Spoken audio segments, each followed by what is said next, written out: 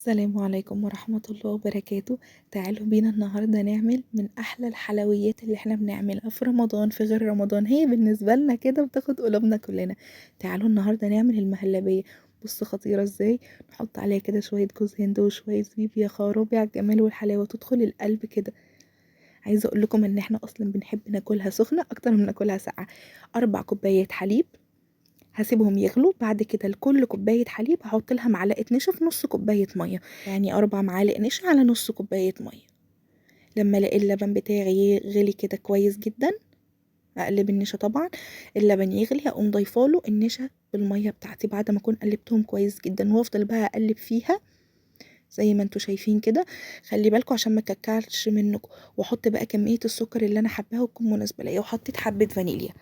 افضل بقى اقلب فيها كويس جدا كده زي ما انتوا شايفين لحد ما تبدا ان هي تتقل معايا وما يكونش فيها اي كلاكيع خالص.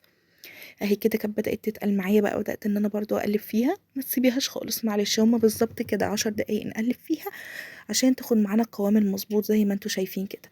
كده كانت خلصت، بدات بقى ان انا اعبيها في الاطباق بتاعتي زي ما انتوا شايفين كده. بصوا قوامها وطعمها كان رهيب بجد. كده كنت خلصتها خلاص وبدات ان انا احطها في الاطباق.